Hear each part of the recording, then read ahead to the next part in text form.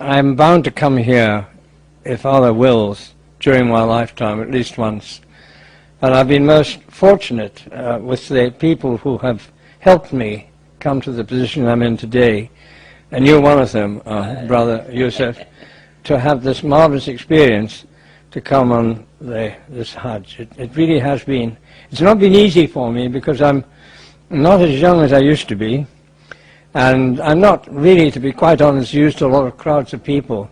But it's been worth it, and I've struggled on, and I think I've completed everything as it should have been done, inshallah. That and more. I've been with you right along, and I'm sure that you've done that and more, inshallah.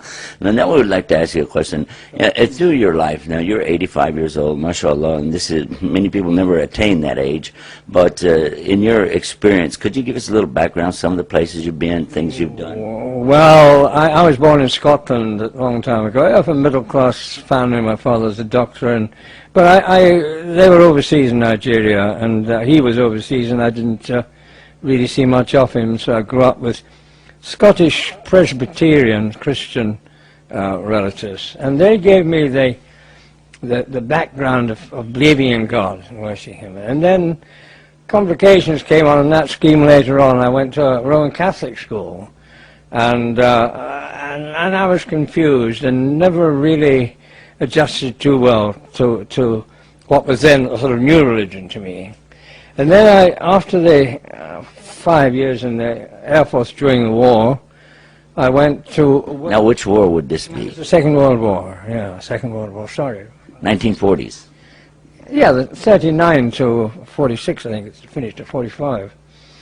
After that, I managed to obtain a job with a large company in the Red Sea based in Aden, and spent a year in London learning the business, and went out there. And that was when I first came into contact with people of the Muslim faith, mostly Arabian. Oh, so you're not a newcomer to meeting Muslims?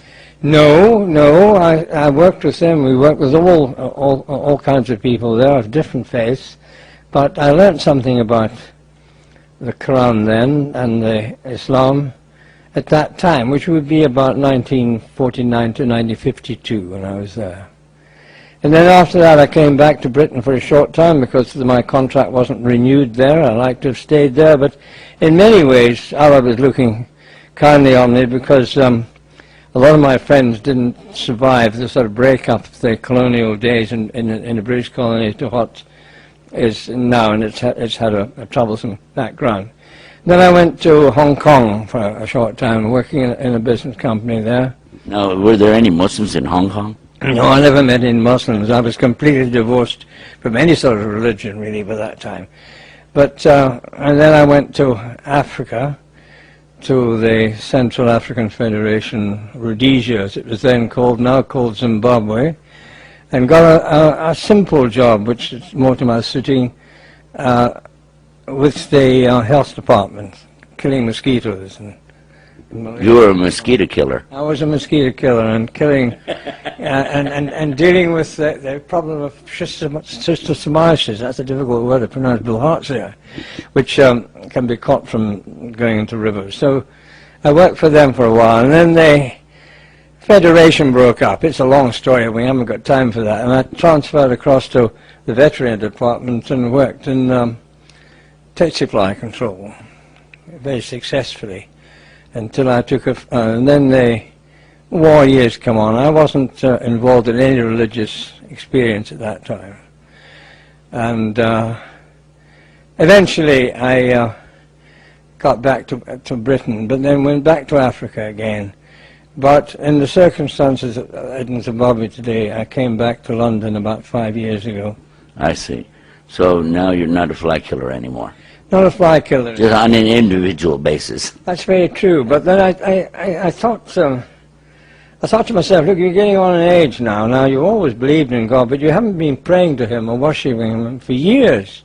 So it's about time you got down and did something about it. Now, nobody forced me, but I always had a feeling that although Jesus is only a prophet, one of Allah's prophets, and I thought that the Muslim religion was the only one for us. So on the 10th of June 2008, and it's been the best thing I've done. In your whole life, now you're talking about through your whole life. What does this stand out as the most? I think it must be. Yes, it is. Certainly the most rewarding, and to be speaking to you today in this place, it's almost miraculous.